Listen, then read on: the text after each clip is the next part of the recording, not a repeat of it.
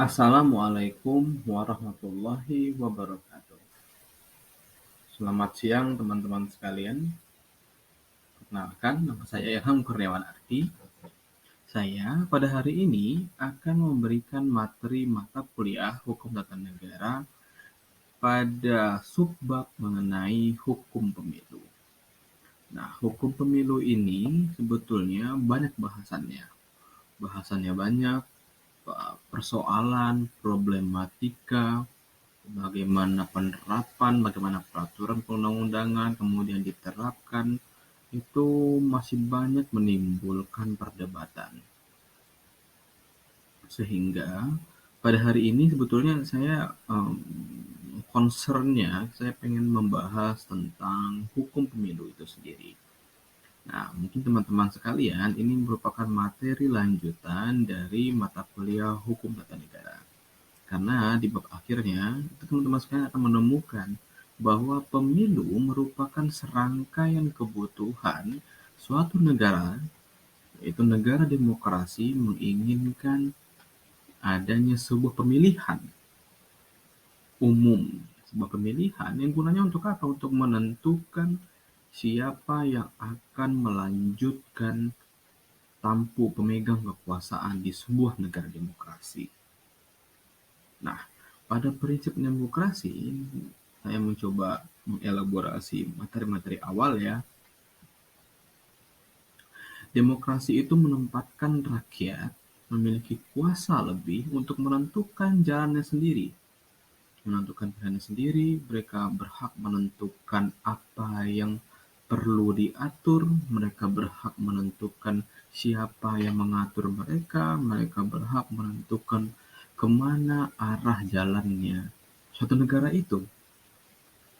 Nah, oleh karena itu, mari kita membahas tentang pemilu. Apa sih pemilu itu? Oke. Pemilu dalam pasal 22E Undang-Undang Dasar Negara Republik Indonesia tahun 1945 merupakan pemilihan umum yang dilaksanakan. Oke, pertama secara langsung, dua umum, bebas, rahasia, jujur, dan adil setiap 5 tahun sekali. Kalau kita elaborasi pasal ini, maka akan ditemukan dua bahagian penting, yaitu pemilu yang dilaksanakan, yang pertama ya, pemilu dilaksanakan secara langsung, umum, bebas, rahasia, kemudian dipisahkan. Jujur dan adil merupakan bagian yang berbeda daripada serangkaian pemilu. Oke, kita elaborasi. Pemilihan umum yang dilaksanakan secara langsung itu berkaitan dengan metode pelaksanaan, yaitu dia harus dipilih secara langsung, tidak boleh diwakilkan oleh siapapun. Kemudian sifatnya umum, jadi dia berhak menentukan siapa saja, umum dan juga bebas, orang itu tidak boleh diintervensi, mereka berhak menentukan siapa calonnya, siapa yang akan melanjutkan tampu kekuasaan, baik itu presiden, DPR, legislatif atau kepala daerah. Kemudian juga rahasia. Nah, rahasia ini setiap orang itu sebetulnya secara hakikatnya dia berhak untuk merahasiakan siapa yang mereka pilih. Mereka nggak boleh memberitahu bahwa saya bakal memilih ini, saya bakal memilih A, saya bakal memilih B. Karena itu merupakan suatu rahasia, itu tuh adalah sifatnya private. Dan sebetulnya tidak penting juga orang-orang mengetahui siapa yang mereka pilih, karena itu pilihan politik itu adalah pilihan personal. Ya. Kemudian, nah itu rahasia. Itu jadi langsung umum bebas rahasia itu merupakan sebuah tahapan, serangkaian kegiatan tahapan dalam pemilihan umum. Nah, kemudian yang berbeda adalah jujur dan adil. Sekarang menjadi pertanyaan, jujur dan adil, apakah itu merupakan satu tahapan ataukah itu suatu makna filosofi? Karena kalau misalnya dilihat secara umum, pemilihan umum asas pemilihan umum secara internasional itu memang hanya sebatas secara langsung, umum, bebas, rahasia. Jujur dan adil itu merupakan makna filosofi yang berbeda. Bagaimana menentukan seseorang itu memilih dalam keadaan jujur dan bagaimana seorang itu melakukan pemilu secara adil? Itu menjadi pertanyaan kita. Jadi menurut kalian gimana? Ya, jujur dan adil itu bukan berfokus pada tahapan serangkaian pelaksanaan saja, tetapi seluruh tahapan, apakah pemilihan itu jujur, dilaksanakan sebenar-benarnya, apakah itu adil, maka dia tidak bisa dikalkulasikan. Maka kalau misalnya kita berbicara tentang eh, kepastian ya, kita tidak bisa menyatakan seseorang itu adalah jujur, kita tidak bisa menyatakan seseorang itu adalah berlaku telah adil, karena jujur dan adil itu melekat pada diri seseorang. Kita tidak bisa menyalahkan seseorang itu memilih dalam keadaan tidak jujur. Kita juga tidak bisa menyalahkan seorang itu tidak adil, karena sifat jujur dan adil itu adalah personal. Berbeda dengan tadi, kalau langsung bebas, umum, rahasia, itu memang personal dan pemilihan saja. Tetapi dalam jujur dan adil itu mereka berhak menentukan apakah dia secara pikiran dia jujur, apakah dia adil. Nah, itu perlu jadi perdebatan yang panjang. Kemudian dilakukan dalam 5 tahun sekali. Oke, selanjutnya. Yang kita bahas pada hari ini core isunya apa sih sebetulnya? Nah, core isunya itu saya akan mencoba dua putusan Mahkamah Konstitusi ya. Putusan Mahkamah Konstitusi nomor 14 tahun 2013, kemudian juga putusan Mahkamah Konstitusi nomor 55 tahun 2019. Nah, keduanya sebetulnya memiliki kesamaan. Kesamaan akan diadakannya pemilihan serentak sebetulnya ya. Jadi pemilu-pemilu kita itu kenapa pemilu 2024 nanti akan dilaksanakan secara serentak sebetulnya karena makna putusan dua putusan ini yang menjadi latar belakang kenapa diadakan pemilu serentak. Oke, kita bahas satu persatu. Putusan Mahkamah Konstitusi nomor 14 tahun 2013 itu menyebutkan bahwa pemilihan umum secara serentak melalui pendapat mahkamah seperti ini pendapat mahkamahnya, yaitu menimbang bahwa berdasarkan pertimbangan di atas, permohonan pemohon mengenai penyelenggaraan Pilpres dan Pemilu anggota lembaga perwakilan secara serentak adalah beralasan menurut hukum. Oke, kalau kita telusuri sebetulnya perdebatannya seperti ini. Pemilihan umum itu apakah dia serentak atau tidak serentak itu didasarkan pada kemampuan suatu negara gitu ya. Baik itu warga negara yang akan memilih, baik itu juga penyelenggara negara, baik itu penyelenggara pemilu, dan juga aparat-aparat lainnya. Nah, di penyelenggara pemilu, itu pernah terjadi kasus di 2019, tadi akan kita bahas di 2019 ya, karena perdebatannya apakah kita memilih secara serentak, baik itu presiden, DPR, eksekutif dan legislatif, ataukah kita memilih berbeda, baik itu tahunnya atau bulannya, kemudian juga di hari yang berbeda, seperti itu. Dan ternyata MK menyatakan bahwa putusan MK tersebut adalah beralasan menurut hukum. Nah, kemudian putusan Mahkamah Konstitusi nomor 55 tahun 2019 itu menyatakan bahwa model di sini dibagi oleh MK secara langsung ya. Yang awalnya MK hanya menyebutkan bahwa diperbolehkan pemilihan umum secara serentak, kemudian pada putusan MK diuji lagi undang-undang tentang pemilu, kemudian lahirlah 6 model keserentakan pemilu. Yang pertama, yaitu pemilihan umum serentak untuk memilih anggota DPR, DPD, presiden, dan anggota DPRD itu serentak, atau pemilihan umum serentak untuk memilih anggota legislatif, eksekutif, dan kepala daerah. DPRD itu belum. Mohon maaf. Kemudian, pemilihan umum serentak untuk memilih anggota DPR, DPRD, DPD, Presiden, DPRD, Gubernur, dan Wali Kota. Jadi nomor 3 ini legislatif, eksekutif, legislatif daerah, anggota DPRD daerah, kemudian juga kepala daerah itu serentak. Kemudian yang keempat itu memilih anggota DPR, DPD, DPR, legislatif, legislatif, eksekutif ya di sini ya, eksekutif dan beberapa waktu kemudian ini terpisah. Eksekutif legislatif pertama, kemudian beberapa waktu setelahnya itu akan dilaksanakan pemilihan umum serentak lokal untuk memilih anggota DPR, DPRD provinsi, kemudian anggota DPRD kabupaten kota, dan pemilihan gubernur dan bupati. Ya, terpisah.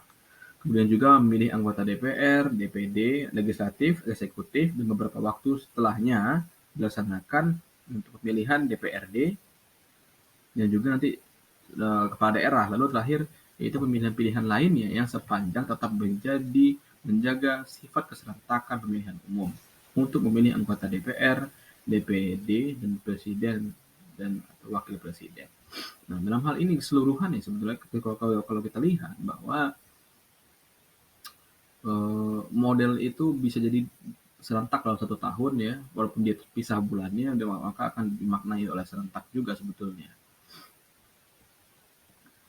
Nah, kemudian landasan hukum berjalannya pemilu itu sebetulnya pasca keluarnya terbaru ya, ini Undang-Undang Nomor 17 tahun 2017. Sorry ini salah ini, Undang-Undang Nomor 7 tahun 2017. Itu pada pasal 167 ayat 3 menyatakan bahwa pemungutan suara dilaksanakan secara serentak pada hari libur atau hari yang diliburkan secara nasional. Jadi nanti ketika pemilihan nanti kita akan secara libur nasional nanti. Walaupun kalau di hari kerja, maka pelaksanaan itu wajib hukumnya bagi setiap warga negara. Jadi tidak ada alasan untuk warga negara untuk tidak memilih sebetulnya. Nah, negara telah memfasilitasi bahwa setiap warga negara itu memiliki hak dan kewajiban untuk menentukan siapa yang akan lanjut, siapa yang akan tidak lanjut, seperti itu dalam pemegang kekuasaannya. Kemudian ini beberapa tahapan-tahapan pemilu yang disebutkan di dalam peraturan KPU, peraturan Komisi Pemilihan Umum nomor 3 tahun 2022, ini dibagi menjadi 11 langkah ya. 11 langkah. Nah, yang pertama yaitu adanya tahapan perencanaan program dan anggaran serta penyusunan peraturan pelaksana penyelenggara pemilu, itu masih tahapan awal. Kemudian ada pemutakhiran data pemilih dan penyusunan data pemilih, itu tugasnya KPU semua itu. Kemudian juga pendaftaran dan verifikasi peserta pemilu, itu merupakan tahapan yang dilakukan oleh KPU. Kemudian nomor 4 adalah penetapan peserta pemilu, siapa yang berhak maju ketika setelah verifikasi tadi ya. Ketika setelah verifikasi, maka ada penetapan siapa yang lolos dalam tahapan verifikasi tersebut. Jadi konsekuensinya apa? Konsekuensinya ada yang tidak lolos. Kalau tidak memasuki tidak lolos dalam tahapan verifikasi, maka dia akan dianggap tidak ikut sebagai peserta pemilu. Kemudian ada penetapan jumlah kursi dan dapil, itu ditentukan oleh DPR, oleh KPU. Siapa yang menentukan jumlah kursi di DPR dan dapil-dapilnya itu KPU yang menentukan. Kemudian nomor 6 itu pencalonan presiden dan wakil presiden serta anggota legislatif. Maka ketika siapa yang berhak maju tadi ya, ketika verifikasi parpol, kemudian selesai verifikasi parpol, maka parpol berhak menentukan siapa calon presiden dan wakil presiden serta anggota legislatif yang diajukan oleh parpol tersebut. Ya, udah paham ya? Kemudian baru ketika pencalonan telah ada, ketika sudah ada calonnya, maka dilanjutkan dengan masa kampanye. Nah, masa kampanye itu membutuhkan waktu yang lama tuh. Nah, jadi ketika masa kampanye berarti sudah ada calonnya siapa yang akan dipilih. Maka di situ baru timbul legitimasi calon itu untuk mengiklankan dirinya kepada masyarakat seperti itu ya. Dan filosofinya seperti itu. Kampanye itu adalah mengenalkan diri kepada masyarakat. Kemudian setelah selesai masa kampanye tersebut, maka ada masa tenang. Nah, di masa tenang inilah yang perlu jadi catatan baik itu parpol dan warga dan calonnya untuk bisa mematuhi gitu loh, mematuhi masa tenang ini. Masa tenang itu artinya sudahlah berpolitik, kita tenang dulu di masa kampanye, kita sudah tahu siapa yang bakal kita pilih karena kita sudah menilai di masa kampanye tersebut siapa yang akan terus-terus siapa yang akan mereka pilih. Maka ketika masa tenang itu betul-betul dijalankan, maka calon presiden atau calon legislatif itu sudah harus menghormati bahwa masyarakat ini berhak untuk menikmati masa tenangnya, untuk menentukan siapa yang akan mereka pilih. Kalau misalnya ada banyak pelanggaran, banyak betul pelanggaran yang di masa tenang ini. Masih masih masih kampanye lah atau tim suksesnya masih bergerak lah ke rumah-rumah gitu. Itu yang perlu dihindari. Kemudian juga selesai masa tenang, maka lanjutlah kita. Baru pemungutan dan penghitungan suara dilakukan. Pemilu berjalan, kemudian juga setiap orang berhak memilih siapa yang akan mereka pilih, termasuk juga para calon tadi, gitu ya. Mereka berhak memilih. Entah siapa tahu mereka nggak milih diri mereka sendiri kan, nggak tahu kita. Oke. Kemudian setelah selesai pemilu diadakan, maka KPU dan Bawaslu bersama-sama ya itu menghitung suara tadi. Jadi ketika selesai pemilu, misalnya itu tuh jam 12 ya. Pemilu itu diadakan jam 7 pagi sampai jam 7 pagi, jam 7 pagi sampai jam 12 siang biasanya, 12 siang. Kemudian 12 siang itu dilaksanakan penghitungan suara penghitungan suara. Nah, penghitungan suara itu yang membutuhkan waktu yang panjang. Nah, sebetulnya tadi model pemilihan umum tadi itu yang banyak desainnya tadi sebenarnya itu berpengaruh pada penghitungan suara nanti, karena beban penghitungan suara itu dibebankan kepada penyelenggara pemilu gitu. Jadi di perkara tahun 2019 itu sebetulnya banyak betul yang saudara-saudara kita yang eh, apa namanya mereka karena dedikasi yang tinggi ya, banyak yang sakit, kemudian juga banyak yang meninggal gitu kan karena beban yang diembannya terlalu besar, maka timbullah banyak pengujian ke Mahkamah Konstitusi tadi sebetulnya seperti itu. Nah, makanya dari sini juga ketika dihitung sudah selesai, barulah nanti KPU memutuskan siapa pemenang daripada pemilu itu. Nah, ketika setelah selesai, timbul pemenang, baru nanti KPU apa namanya mengumumkan kepada masyarakat melalui putusan KPU-nya penetapan hasil penetapan hasil pemilu ya, penetapan hasil pemilu. Oh bukan, bahasanya rekapitulasi hasil pemilihan umum. Nah, rekapitulasi itu ketika keluar rekapitulasi maka timbul pemenang. Maka si pemenang itu berhak untuk mengucapkan sumpah. Selanjutnya, apakah sebetulnya tahapan pemilu itu hanya situ aja itu? Sebetulnya enggak. Ketika pemilu diadakan, apakah semuanya berjalan dengan lancar? Kan tidak seperti itu juga. Karena kita bicara hukum, kita bicara tentang penegakan hukum. Nah, di sini saya akan mencoba membagi ya. Ada beberapa pelanggaran pemilu, yaitu yang pertama pelanggaran administrasi, kemudian juga pelanggaran etik, lalu pelanggaran pidana, dan terakhir itu adalah PHPU. Tapi PHPU ini berbeda dia. Ya. Nah, administrasi itu berkaitan dengan pada tahapan proses. Jadi baik itu administrasi ke KPU, bagaimana mereka proses pendaftaran, apakah proses verifikasinya bermasalah atau tidak, ataukah misalnya ketika mendaftar kan sebetulnya mereka harus menyertakan surat keterangan bebas, surat keterangan berkelakuan baik ya daripada polisi. Misalnya calon yang ini telah dipidana 5 tahun kan sebenarnya mereka harus menyertakan bukti kan bahwa mereka itu adalah mantan narapidana, mereka terus diperiksa dulu, apakah ada nggak surat keterangan itu. Nah, hal-hal seperti itu yang diperiksa. Nah, pada tahapan administrasi ini ketika adanya pelanggaran, maka itu yang berhak menangani perkara tersebut adalah Bawaslu. Nah, Bawaslu dalam hal ini yang berhak mengawasi setiap rangkaian pemilu, baik itu dari proses, pelaksanaan, kemudian pada tahapan akhir sebetulnya. Bawaslu juga memiliki peran, ya.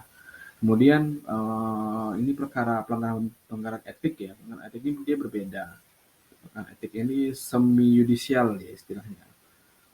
Karena yang ditanganinya adalah yang menangani pelanggaran etik ini adalah DKPP. Siapa yang dapat dikenakan pelanggaran etik ini? Pelanggaran etik ini biasanya berfokus pada penyelenggara pemilu saja, yaitu Bawaslu dan KPU. Nah, dua ini yang dapat dikenakan pelanggaran etik gitu. Nah, nanti baru disidang kalau misalnya ada ternyata ketua KPU misalnya.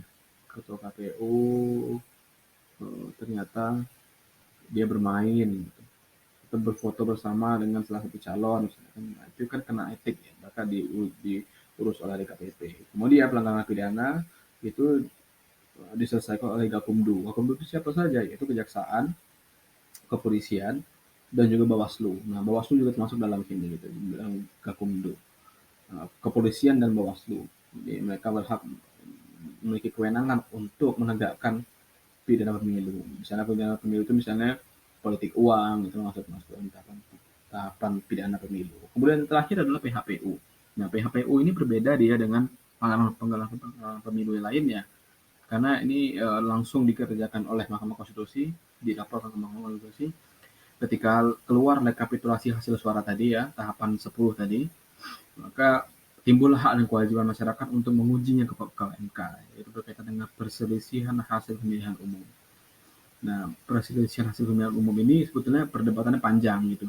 Apakah dapat dikenakan ketika rekapitulasi hasil saja, ataukah pada proses juga bisa masuk tahapan PHPU atau tidak? Karena bahasa nomenklaturnya sebetulnya itu PHPU itu adalah perselisihan hasil pemilihan umum, itu berkaitan dengan hasil ya. Tapi kan hasil itu bisa saja hasil itu ketika hasil itu bisa saja kita membahasnya pada akhir, the end of the result ya.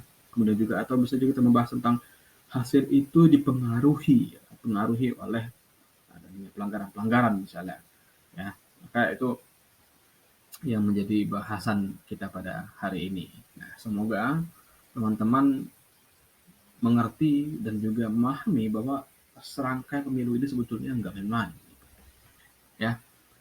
Kalau misalnya ada pertanyaan, silakan ditanyakan di dalam kolom komen dan sebagainya. Kita diskusikan pada hari ini mengenai tentang pemilu. Nah, untuk itu saya tutup diskusi pada hari ini. Wabillahi taufiq wal hidayah. Assalamualaikum warahmatullahi wabarakatuh.